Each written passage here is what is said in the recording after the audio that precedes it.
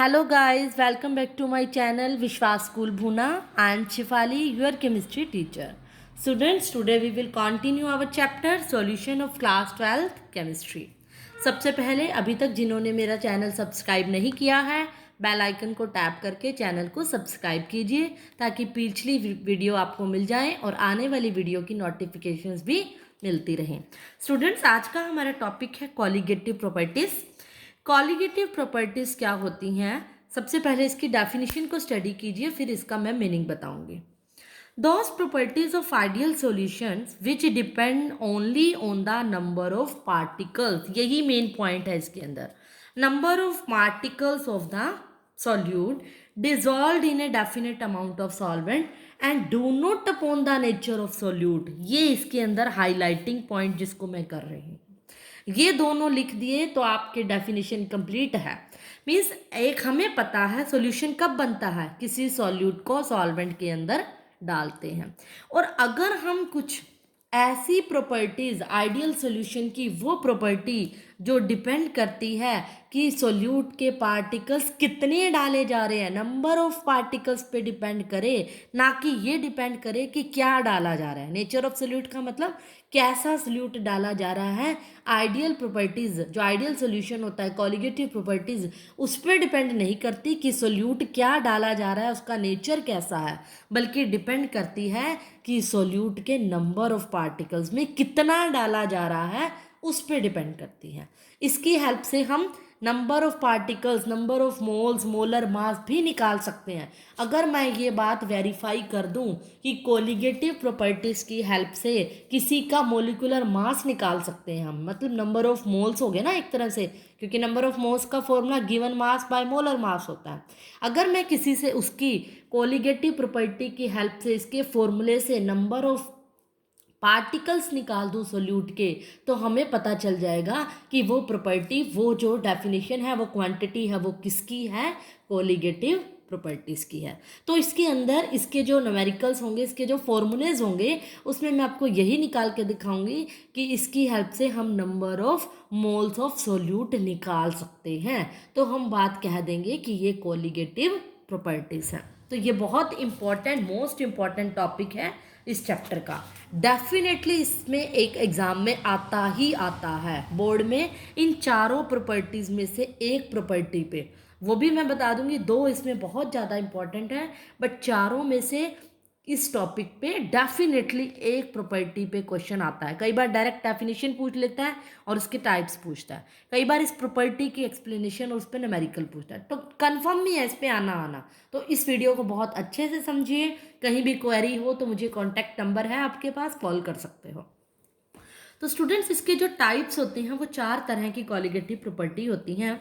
Firstly relative lowering of vapour pressure, जिसके बारे में मैं आपको राउल्स लॉ के सेकंड केस में बहुत डिटेल में बता चुकी हूँ. तो अब इसकी एक्सप्लेनेशन मैं आपको नहीं बताऊंगी, इसका डेरिवेशन भी वहाँ मैं करा चुकी हूँ. अगर आपको एग्जाम में आता है relative lowering of vapour pressure, तो आपने राउल्स लॉ का सेकंड केस देखिए, मेरी पिछली वीडियो जिसमें मैंने क्या बताया था, राउल्स लॉ का सेकंड केस वाली वीडियो उठाइए और वो डेरिवेशन आपको लिखना है. और मैंने लिखा था वहाँ पे RLVP की कंडीशन बन गई वो, और मैंने कहा था ये कोलिगेटिव प्रॉपर्टी है जो मैं आगे एक्सप्लेन करूँगी. इसका न्यूमेरिकल भी मैंने करवाया था, फिर भी एक न्यूमेरिकल और एग्जाम्पल के तौर पर मैं आपको बता दूंगी आज उसके ऊपर और किस टाइप के न्यूमेरिकल आते हैं. बट एक्सप्लेनेशन और डेरिवेशन आप इसका राउल्स लॉ के सेकंड केस से करोगे. दूसरी प्रॉपर्टी है elevation in boiling point, third है depression in freezing point, and fourth is osmotic pressure. Second property को हम एक्सप्लेन करेंगे. उससे पहले मैं फर्स्ट केस यानी RLVP relative lowering in vapour pressure के मैं आपको क्या बताऊंगी, न्यूमेरिकल्स बताऊंगी. तो इसका न्यूमेरिकल की स्टेटमेंट मैं आपको बता रही हूँ. RLVP के न्यूमेरिकल्स मतलब relative lowering of vapour pressure. इसका न्यूमेरिकल का एक एग्जांपल और दे रही हूँ, एक मैं राउल्स लॉ के सेकंड केस में दे चुकी हूँ. तो आपको इस तरह के न्यूमेरिकल भी देखने को मिलते हैं. पहले स्टडी करो, read the statement carefully. Method वही रहेगा, गिवन डैट लिखना है, पहले डाटा जो आपको दे रखा है. गिवन डैट में मैं नोट कर लेती हूँ जो दे रखा है, पढ़ो. Vapour pressure of water at 293, इसमें मैंने बताया था टेम्परेचर कांस्टेंट है, लिखने की जरूरत नहीं है. वाटर क्या है, प्योर है, इसमें कुछ मिला नहीं है, और उसका वेपर प्रेशर दिया हुआ है 17.51। अगर प्योर है तो मैं क्या लिखूंगी, इसको आप ऐसे भी लिख लो, लैंग्वेज में भी लिख लो कि जो इसका वेपर प्रेशर दिया हुआ है, वेपर प्रेशर ऑफ वाटर लिख लो। इसको मैं सिंबल में भी लिख सकती हूँ। प्योर के लिए मैंने क्या बताया था, पी नोट, वो कितना दिया हुआ है 17.51 mm। ये lowering of vapour pressure of sugar solution, lowering मतलब कितना वेपर प्रेशर कम हो रहा है, ये इतना दिया हुआ है। अब इस न्यूमेरिकल को समझने से पहले आपने ये वाली वीडियो देखनी है, राउल्स लॉ का सेकंड केस, जिसमें मैंने डेरिवेशन समझाया था, क्योंकि अगर आपके वो माइंड में नहीं होगा तो न्यूमेरिकल समझ में नहीं आएगा। मैंने उसमें बताया था कि जब मैं कोई नॉन वोलाटाइल सोल्यूट डालती हूँ तो उसका जो प्योर का जो सोल्यूशन का वेपर प्रेशर होता है वो क्या हो जाता है, कम हो जाता है। इसीलिए मैंने यहाँ पर ये बताया हुआ है कि लोवरिंग ऑफ वेपर प्रेशर, यानी वेपर प्रेशर प्योर का जब कम हो गया, कम कैसे होगा, ज़्यादा में से माइनस करेंगे तो ये डिक्रीज मीन्स ज़्यादा। मैंने क्या एक आपको फॉर्मूला बताया था, P naught minus P S की वैल्यू गिवन है यहाँ पे, क्योंकि लोवरिंग है ना, ये होता है लोवरिंग, कितना वेपर प्रेशर कम हुआ। ये सब समझने के लिए वो डेरिवेशन पहले माइंड में रखिए। लोवरिंग दे रखा है, इसका मतलब P naught minus P S equal to 0.0614 mm। P naught pure का माइनस सोल्यूशन का, सोल्यूशन का डाला, सोल्यूशन बन गया, उसमें कम कितना हुआ कम, इन दोनों का डिफरेंस दे रखा है, क्योंकि लोवरिंग वर्ड बोला है ना इसने, इसीलिए डिफरेंस दे रखा है। अब हमने क्या निकालना है इसके अंदर, देखो फर्स्ट पार्ट है relative lowering of vapour pressure. First part का मैं पहले वो फॉर्मूला लगाऊंगी जो रिलेटिव लोवरिंग का, P naught minus P S by में पी नोट इक्वल टू, मैंने बताया था वो x2 के बराबर होता है, और ये तो बाद में आया था मोल फ्रैक्शन। रिलेटिव मैंने कहा था किसके रिस्पेक्ट में है, यानी इतनी जो टर्म है वो रिलेटिव निकालनी है, मुझे ये निकालनी है सिर्फ इस पार्ट के अंदर, फर्स्ट पार्ट के अंदर। तो रिलेटिव लोवरिंग के लिए मुझे P naught minus P S की वैल्यू गिवन है 0.0614 बाय पी नोट की वैल्यू गिवन है 17.51। डिवाइड करो, सॉल्व करो, जो इसका आंसर आएगा वो मैं आपको डायरेक्ट बता देती हूँ, 0.00351 सॉल्व करके आंसर आ जाएगा। क्योंकि ये लोवरिंग है, ये भी mm में है, ये भी mm में है, कैंसिल हो जाएगा, इसीलिए कांस्टेंट आ जाएगी। तो ये हमारा फर्स्ट पार्ट का आंसर। आप चाहो तो इसको ट्राई करो, सॉल्व करो, आप चेक कर सकते हो अपना आंसर।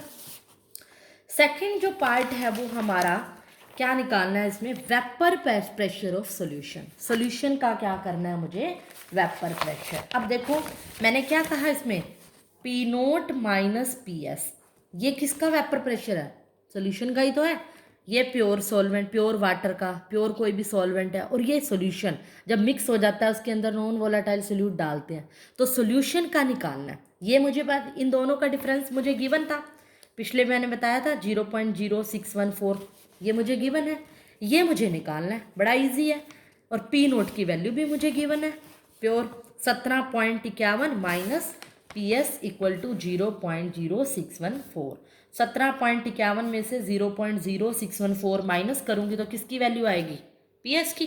तो इन दोनों को सॉल्व करो, पी एस की वैल्यू जो मुझे मिल जाएगी, मैं डायरेक्ट आपको सॉल्व करके बता देती हूँ, 17.4468 mm। ये किसकी वैल्यू होगी, इसकी। तो ये कौन सा पार्ट था हमारा, वेपर प्रेशर ऑफ सॉल्यूशन, यानी पी एस भी मैंने निकाल दिया।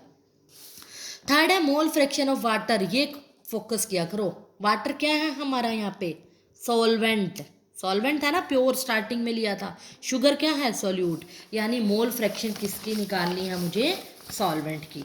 अब थर्ड पार्ट के लिए मैं फॉर्मूला पूरा लगेगा, P naught minus P S by में P naught equal to x2 हमारा फॉर्मूला होता है, ये मैं डिराइव करा चुकी हूँ। ये किसकी होती है, x2 मतलब सोल्यूट की। अगर मैं इसको बराबर रखूँगी तो मुझे मोल फ्रैक्शन सोल्यूट की मिलेगी। पहले सोल्यूट की तो निकालो, सॉल्वेंट की तो बड़ी इजी है निकालना फिर। क्यों, क्योंकि मैंने आपको बताया हुआ है दोनों मोल फ्रैक्शन का सम जो होता है वो 1 के बराबर है। अगर एक निकल गई दूसरी निकालनी है तो 1 में से माइनस कर दूंगी, सिंपली निकल जाएगी ना। तो इसीलिए मुझे इसको निकालना है, और ये मैं आपको अभी बता चुकी हूँ। P note my first part में हमने क्या निकाला था, रिलेटिव लोवरिंग। ये देखो इस रेशियो की वैल्यू निकाली थी, कितनी थी, तो निकालने की जरूरत ही नहीं है, कितनी सी 0.0351, वही x2 के बराबर है। तो कोई कैलकुलेशन नहीं है इसमें। x2 निकल गई, x1 कैसे निकलेगी, 1 माइनस x2, 1 में से माइनस करो 0.0351, सॉल्व करके जो मेरा आंसर आएगा 0.99649 x1, जो कि मोल फ्रैक्शन किसकी है, वाटर की। तो यही मुझे निकालनी थी, यही मेरा क्या हो गया, आंसर हो गया। तो बड़े इजी न्यूमेरिकल हैं, सिर्फ एक बार कंसेप्ट समझ में आना चाहिए आपको। ये था न्यूमेरिकल। नाउ आज हम क्या करेंगे, दूसरी जो प्रॉपर्टी मैंने आपको बताई, कौन सी, एलिवेशन इन बॉइलिंग पॉइंट हमने करनी है। फर्स्ट प्रॉपर्टी का डेरिवेशन राउल्ट्स लॉ से, एग्जाम्पल मैंने करा दिया। सेकंड प्रॉपर्टी करनी है अब हमने एलिवेशन इन बॉइलिंग पॉइंट, वही उसका डेरिवेशन आ जाता है। ये बहुत ज़्यादा इंपॉर्टेंट है, very important property. First property इतनी इंपॉर्टेंट नहीं है जितनी सेकंड है, तो इसका डेरिवेशन बड़े अच्छे से समझना, फिर उसके न्यूमेरिकल्स करेंगे। सेकंड जो प्रॉपर्टी है वो है एलिवेशन इन बॉइलिंग पॉइंट। वही मेरा तरीका, as the name suggest, topic के नाम से निकालने की कोशिश करो उसका मीनिंग। पहले मैं बॉइलिंग पॉइंट को देखोगे आप, उसका मीनिंग समझा रही हूँ। बॉइलिंग पॉइंट क्या होता है, आपको देखते ही क्या समझ में आता है, आज तक आपने 9, 10, +1 में क्या पढ़ा, बॉइलिंग पॉइंट ऐसा टेम्परेचर जिस पर कोई भी लिक्विड बॉयल होना स्टार्ट हो जाए, यही पढ़ा है ना। बट आज मैं आपको इस चैप्टर में एक नई डेफिनेशन बताऊंगी बॉइलिंग पॉइंट की, वो भी बॉइलिंग पॉइंट की डेफिनेशन है, उससे मैं हमारा कंसेप्ट निकालूंगी। सबसे पहले तो आपको बॉइलिंग पॉइंट के बारे में पता होना चाहिए, फिर ही आपको एलिवेशन समझ में आएगा, उसका मीनिंग भी मैं आपको बताऊंगी एलिवेशन क्या होता है। तो जो बॉइलिंग पॉइंट की डेफिनेशन होती है वो होती है कि it is the temperature at which, temperature तो रहेगा ही, at which vapour pressure of liquid becomes equal to atmospheric pressure, becomes equal to atmospheric pressure. Short में मैंने इसकी डेफिनेशन लिख दी कि वो टेम्परेचर जिस टेम्परेचर पर किसी लिक्विड का वेपर प्रेशर उसके एटमॉस्फेरिक प्रेशर के बराबर हो जाए, तो उस टेम्परेचर को हम बोलते हैं उसका बॉइलिंग पॉइंट। इस पॉइंट को, इस बात को मैं एक ग्राफ में एक्सप्लेन करूंगी कि कौन सा होता है। जैसे मान लो मैंने एक ग्राफ बनाया वेपर प्रेशर के बीच में और टेम्परेचर के बीच में, क्योंकि बॉइलिंग पॉइंट की बात कर रहे हैं, पॉइंट वो क्या है, एक टेम्परेचर है, तो वेपर प्रेशर की बात कर रहे हैं तो वेपर प्रेशर और टेम्परेचर के बीच में ग्राफ है। मान लिया कि यहाँ पर जो वेपर प्रेशर कुछ भी हो सकता है, 1, 2 कितने भी एटमॉस्फेरिक प्रेशर हो सकता है ना। एटमॉस्फेरिक प्रेशर की जो वैल्यू होती है स्टैंडर्ड एटमॉस्फेरिक की 1 atm होती है, 1 एटमॉस्फेरिक प्रेशर। मान लेती हूँ कि ये कोई कंडीशन है, डॉटेड लाइन से दिखा दूँ कि ये 1 atm प्रेशर है, स्टैंडर्ड कंडीशन जो होती है, स्टैंडर्ड प्रेशर जो होता है। अब मैंने क्या कहा कि किसी भी लिक्विड का जब प्रेशर, मान लो कोई कर्व है, उसका टेम्परेचर बढ़ाने पर वेपर प्रेशर इस लाइन को टच होने लग जाए, यानी ये लाइन कौन से प्रेशर को शो कर रही है, 1 एटमॉस्फेरिक, तो वो प्रेशर कितना हो जाएगा, वेपर प्रेशर कौन कितना किसके बराबर हो जाएगा, एटमॉस्फेरिक प्रेशर के। तो यानी आपने ये माइंड में रखना है ग्राफ से, ये प्रेशर कौन सा है, एटमॉस्फेरिक प्रेशर, जिसकी स्टैंडर्ड वैल्यू 1 atm होती है, एटमॉस्फेरिक होती है। तो अब एलिवेशन वर्ड के बारे में बताती हूँ ताकि इसको कंप्लीट करूँ मैं। कोई भी लिक्विड है, एलिवेशन का मतलब होता है इंक्रीज होना, उसका बॉइलिंग पॉइंट क्या हुए, जब इंक्रीज हो जाए। मैंने ये बात आपको वेपर प्रेशर के जब फैक्टर बताए थे, तो लास्ट फैक्टर में मैंने एक इंपॉर्टेंट पॉइंट बताई थी, मैंने कहा था ये फैक्टर बहुत काम आएगा। मैंने इसमें कहा था कि प्योर सॉल्वेंट का जो वेपर प्रेशर होता है हमेशा क्या होता है, ज़्यादा होता है। जैसे उसमें कोई सोल्यूट डालती हूँ तो उसके वेपर्स कम बनते हैं, तो उसके मॉलिक्यूल्स कम हो जाते हैं प्योर के, तो वेपर प्रेशर घट जाता है। इसको एक्सप्लेन मैंने किया था, अगर फिर भी आपको माइंड में नहीं है तो वेपर प्रेशर वाली वीडियो देखिए, उसके फैक्टर्स पढ़िए। तो अगर प्योर सॉल्वेंट, मान लो कोई लिक्विड है मेरे पास, प्योर लिक्विड है, तो उसका जो वेपर प्रेशर क्या है, ज़्यादा होता है। अगर उसका वेपर प्रेशर ज़्यादा है तो उसका बॉइलिंग पॉइंट क्या होगा, कम होगा ना, कि थोड़ा सा ही टेम्परेचर देते ही उसके वेपर्स बनने शुरू हो गए। इन्वर्सली प्रोपोर्शनल होते हैं ये, कि अगर जिसका वेपर प्रेशर ज़्यादा होगा तो उसका बॉइलिंग पॉइंट कम होगा। कि अगर इसका, मुझे पता है प्योर लिक्विड है, कोई प्योर लिक्विड प्योर सॉल्वेंट है, उसका वेपर्स बहुत ज़्यादा बनते हैं, ज़्यादा होते हैं, तो उसका बॉइलिंग पॉइंट क्या होगा, कम होगा। तो मैं एक कर्व ले रही हूँ ऐसी कोई भी, कर्व जो शो कर रही है ये सॉल्वेंट को, प्योर सॉल्वेंट को, जो ये कर्व है ए बी, वो इस तरह से शो कर रही है। एक टाइम ऐसा आएगा, मतलब इसका बॉइलिंग पॉइंट क्या है, बहुत कम है, क्योंकि इसके वेपर प्रेशर क्या है, बहुत ज़्यादा है। जब ये टच कर देगी किसकी, 1 ATM वाली कर्व को टच कर देगी, तो उसका वो कौन क्या होगा, उसका बॉइलिंग पॉइंट होगा ना। मैंने बॉइलिंग पॉइंट की डेफिनेशन बताई, जब लिक्विड का वेपर प्रेशर एटमॉस्फेरिक के बराबर हो जाए। जब एटमॉस्फेरिक कौन सा है, ये, जब इसको कर्व टच करने लग जाएगी तो ये वेपर प्रेशर, ये इसका बॉइलिंग पॉइंट होगा। ये टेम्परेचर मैं नोट कर लूँगी, ये इसका बॉइलिंग पॉइंट होगा। और ये क्या है, ये ज़्यादा है। अब ज़्यादा कम का हमें कैसे पता चलेगा, ये इंक्रीज़ हो रही है, ये कर्व ऊपर की तरफ जा रही है, ये बता रही है। 1 ATM को टच कर दी तो ये इसका, इसके पैरेलल भी इसका बॉइलिंग पॉइंट होगा। यहाँ से मैं इसकी वैल्यू निकाल सकती हूँ ग्राफ से। ये जो वैल्यू होगी, मान लेती हूँ कुछ भी वैल्यू हो सकती है, वो TB नोट वर्ड प्योर के लिए हो गया। अगर मैं अब क्या कहती हूँ, इस लिक्विड के अंदर कोई सोल्यूट डाल देती हूँ, नॉन वोलाटाइल सोल्यूट डाल दिया, तो मुझे पता है वेपर प्रेशर क्या हो जाएगा उसका, कम। अगर वेपर प्रेशर कम हो जाएगा तो उसका बॉइलिंग पॉइंट क्या होगा, अगर वेपर प्रेशर कम होगा तो बॉइलिंग पॉइंट ज़्यादा होगा।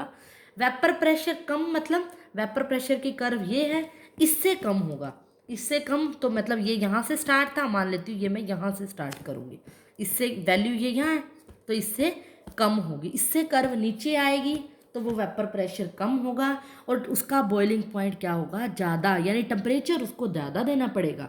इसको मान लो मैंने इतना टेम्परेचर दिया, इसको थोड़ा सा ज़्यादा देना पड़ेगा, तो टेम्परेचर मुझे यहाँ दिखाना पड़ेगा और वेपर प्रेशर इससे नीचे दिखाना पड़ेगा। इस पॉइंट को बड़े अच्छे से समझो। और कर्व इस तरह से जाएगी और 1 ATM को टच करेगी, क्योंकि डेफिनेशन तो चेंज नहीं हो सकती ना बॉइलिंग पॉइंट की। ये 1 ATM को टच करेगा तो इसका बॉइलिंग पॉइंट होगा। यहाँ इसका बॉइलिंग पॉइंट मैं नोट कर लूँगी, कुछ भी आएगा इसके रिस्पेक्ट में, क्योंकि ये बॉइलिंग पॉइंट को दिखा रही है, टेम्परेचर को। और ये किसका होगा, TB का, वो प्योर का था, ये TB का। ये बात बड़े अच्छे से समझिए कि मैंने जैसे ही सोल्यूट डाला, वेपर प्रेशर कम हो गया। वेपर प्रेशर, ये कर्व किसको दिखा रही है, वेपर प्रेशर। इसका वेपर प्रेशर कितना था, इतना था, तो इससे मुझे क्या दिखाना पड़ेगा, वेपर प्रेशर इस बार क्या हुआ है, कम हुआ है। इससे कम हुआ है तो कर्व नीचे आएगी। और बॉइलिंग पॉइंट क्या हुआ है, ज़्यादा, ज़्यादा हुआ है, तो इसका टेम्परेचर ये था, तो इसका क्या होगा ये, और इधर से बॉइलिंग पॉइंट भी क्या आएगा, ज़्यादा।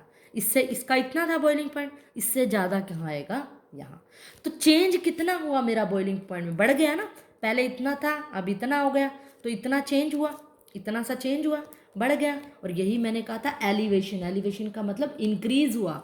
अगर मैं इसके अंदर डेल्टा TB निकालूँ, डेल्टा TB मतलब change in boiling point, B word मैं यहाँ पे बी बॉइलिंग पॉइंट के लिख ली हूँ, T टेम्परेचर के लिए लिख रही हूँ, तो TB इक्वल टू क्या आएगा, TB नॉट माइनस TB। यही इंपॉर्टेंट पॉइंट था इसके अंदर। तो इसके अंदर इन एलिवेशन कितना हुआ, TB नोट, नोट आप लिख सकते हो प्योर सॉल्वेंट का, और B किसका है, TB सॉल्यूशन का, और delta TB change in boiling point को शो कर रहा है। तो यही इसका डेरिवेशन है कि डेल्टा TB, एक तो मुझे ये फॉर्मूला मिल गया। और ये हमें चेंज किस लिए हुआ, मैंने क्या कहा था, किसी लिक्विड के अंदर जब आपने सोल्यूट डाला, इसका मतलब सोल्यूट पे डिपेंड कर रहा है, उसके नंबर ऑफ मोल्स, उसकी मोल फ्रैक्शन पे डिपेंड कर रहा है। यानी डेल्टा TB किस पे डिपेंड कर रहा है, x पे, x यानी मोल फ्रैक्शन, X2 सोल्यूट की मोल फ्रैक्शन पे डिपेंड कर रहा है। और ये क्या है, एक तरह की कंसंट्रेशन है। तो या ये भी कह सकते हैं डेल्टा TB किस पे डिपेंड कर रहा है, m स्मॉल m क्या था, सेकंड वीडियो में मैंने बताया था इस चैप्टर की, मोलैलिटी। मोलैलिटी क्या है, कंसंट्रेशन होती है। तो यहाँ पर जो साइंटिस्ट ने जो भी कंसंट्रेशन टर्म ली वही लेनी पड़ेगी, हम इसकी जगह मोलैलिटी नहीं ले सकते, ये डाटा फिक्स होता है, हम इसको चेंज नहीं कर सकते। एक्चुअल में क्यों ली जाती है, क्योंकि जो मोलैलिटी होती है वो टेम्परेचर इंडिपेंडेंट कंसंट्रेशन होती है, टेम्परेचर इंडिपेंडेंट होती है। कई बार क्वेश्चन पूछा जाता है कि मोलैरिटी और मोलैलिटी में टेम्परेचर डिपेंडेंट कौन है, तो मोलैरिटी है टेम्परेचर, और जो टेम्परेचर पे डिपेंड नहीं करती वो क्या होती है, मोलैलिटी। नीट में जेई में इस तरह के क्वेश्चन आते हैं, आपके अब भी सिलेबस में MCQ आने लगे तो ये क्वेश्चन पूछ सकता है, टेम्परेचर इंडिपेंडेंट कौन है, मोलैलिटी। तो ये किस पे डिपेंड करती है, ये। और हमें सेकंड वीडियो, और आपको पता है कि डेल्टा TB जब कोई प्रोपोर्शनल हटाते हो तो क्या आता है, कांस्टेंट KBM। KB क्या होता है, ये इसको हम बोलते हैं मोलल, ये बड़ा इंपॉर्टेंट है, ये नई टर्म है आपके लिए। Molal elevation constant. मोलल क्यों? क्योंकि मोलैलिटी के साथ कांस्टेंट है elevation, topic elevation in boiling point है। मोलल एलिवेशन कांस्टेंट भी बोलते हैं और इसको हम इब्यूलायोस्कोपिक कांस्टेंट भी बोलते हैं। इसको हम क्या बोलते हैं? इब्यूलायोस्कोपिक कांस्टेंट भी बोलते हैं। तो अगर मैं इसकी वैल्यू निकालना चाहूँ, ये हमारा डेरिवेशन है, और अगर मैं क्या कहूँ, इसमें कई बार कांस्टेंट की डेफिनेशन पूछ लेता है, के बी की वैल्यू बताओ, के बी की वैल्यू इसके अंदर निकालनी है, तो ये भी वन, ये भी वन। जब डेल्टा टी बी और मोलैलिटी वन होंगे तो के बी हमारे पास आ जाएगी वैल्यू। मोलैलिटी जब वन होगी तो डेल्टा टी बी किसके बराबर हो जाएगा? के बी के बराबर हो जाएगा, अगर मैं मोलैलिटी को वन कर दूं। तो यानी इसकी डेफिनेशन, इससे आप क्या करोगे, मोलर एलिवेशन कांस्टेंट क्या होगा? As the elevation in boiling point when the molality of solution is unit. वो यूनिटी, यानी यूनिटी मतलब वन। जब मोलैलिटी वन हो जाएगी तो के बी की वैल्यू डेल्टा टी बी के बराबर हो जाएगी। इसको लैंग्वेज में मोल्ड करके बुक में आप इसकी डेफिनेशन पढ़ सकते हो। तो यही है डेफिनेशन कि वो मोलैलिटी वन होगी तो वो as a elevation in boiling point के बराबर हो जाएगी। तो ये थी के बी की डेफिनेशन, भी पूछ सकता है कई बार। और इसके अंदर मोलैलिटी का अगर मैं फॉर्मूला पुट कर दूं, delta T B is equals to K B M, मैंने क्या बताया था पिछली वीडियो में, सेकंड वीडियो में, मोलैलिटी क्या होती है? W2 by M2 into 1000 by में W1। ये सब मैं करा चुकी हूँ, सब उसी से रिलेटेड है। M2 इंटू 1000 बाई में W1। तो ये आ गया, मोलैलिटी का फॉर्मूला पुट कर दिया, तो इसका मतलब डेल्टा के बी का फॉर्मूला कंप्लीट, टी बी का फॉर्मूला ये हो गया। अगर मैं इसको सब मोल्ड करके M2 की वैल्यू निकाल सकती हूँ, कई बार न्यूमेरिकल में पूछ ले M2 निकालो, तो क्रॉस मल्टीप्लाई कर दो। M2 की वैल्यू क्या आएगी? 1000 into K B into W2 by delta T B into W1। सिर्फ मैंने क्रॉस ही किया तो M2, इससे हम मोलर मास निकाल सकते हैं, किसका? सोल्यूट का। और मैंने कहा था कोलिगेटिव प्रॉपर्टीज क्या होती हैं, जो कि किस पे डिपेंड करती हैं? नंबर ऑफ सोल्यूट पे। ऐसी प्रॉपर्टीज जो number of particles of solute पे डिपेंड करती हैं। तो number of particles of solute पे डिपेंड कर रही हैं, मीन्स इसका मतलब हम इसकी क्या निकाल सकते हैं? मोलर मास भी निकाल सकते हैं। तो number of particles of solute पे डिपेंड कर रही हैं, इससे मोलर मास निकाल रहे हैं, M2 निकाल रहे हैं, इसीलिए इसको हम क्या बोलते हैं? Colligative property. इसी वजह से इसको क्या बोला जाता है? Colligative property. और एक आपको इसके अंदर, इस टॉपिक कंप्लीट हो जाएगा, इसके अंदर इसके के बी की वैल्यू, कई बार के बी निकाला जाता है, के बी का भी एक अलग फॉर्मूला है जो कि आपको याद रखना पड़ेगा। कांस्टेंट है, क्योंकि कांस्टेंट की वैल्यू जिस साइंटिस्ट ने दे दी याद करनी पड़ती है, वो होती है RT0² बाई 1000 LV। LV क्या होता है? लैटेंट हीट ऑफ वेपराइजेशन, कि किसी भी चीज़ को वेपर्स में कन्वर्ट करने के लिए जो हीट लगी है वो लैटेंट हीट ऑफ वेपराइजेशन होती है, जिसकी वैल्यू होती है delta H of vaporization by में M1। कि डेल्टा H वेपराइजेशन की एंथैल्पी वेपर्स में कन्वर्ट करने के लिए बाय में मोलर मास होता है LV। तो KB का एक नया फॉर्मूला बन गया RT0² बाय 1000। LV की वैल्यू जब मैं पुट करूंगी डेल्टा H बाई M1 ऊपर चला जाएगा, डेल्टा H वेपराइजेशन, ये वैल्यू हमारी आ गई KB की। तो कई बार KB की पूछी जाए तो आपको R दे रखा हो, जब T0 दे रखा हो, एंथैल्पी दे रखी हो, तो KB की ये वैल्यू पुट करके उसके अंदर सॉल्व करोगे। मतलब अगर आपको सिर्फ W2 डेल्टा TB W1 दे रखा हो तो आप ये फॉर्मूला यूज़ करोगे, और अगर H एंथैल्पी दे रखी हो तो ये पुट करके फॉर्मूला यूज़ करोगे। न्यूमेरिकल करने का तरीका मैं आपको बताऊंगी। अभी के लिए एक बार सबसे पहले इसका डेरिवेशन आप अच्छे से कीजिएगा। डेरिवेशन समझ आएगा तो नेक्स्ट वीडियो में मैं आपको इसका क्या बताऊंगी, न्यूमेरिकल्स करवाऊंगी। That's all for today.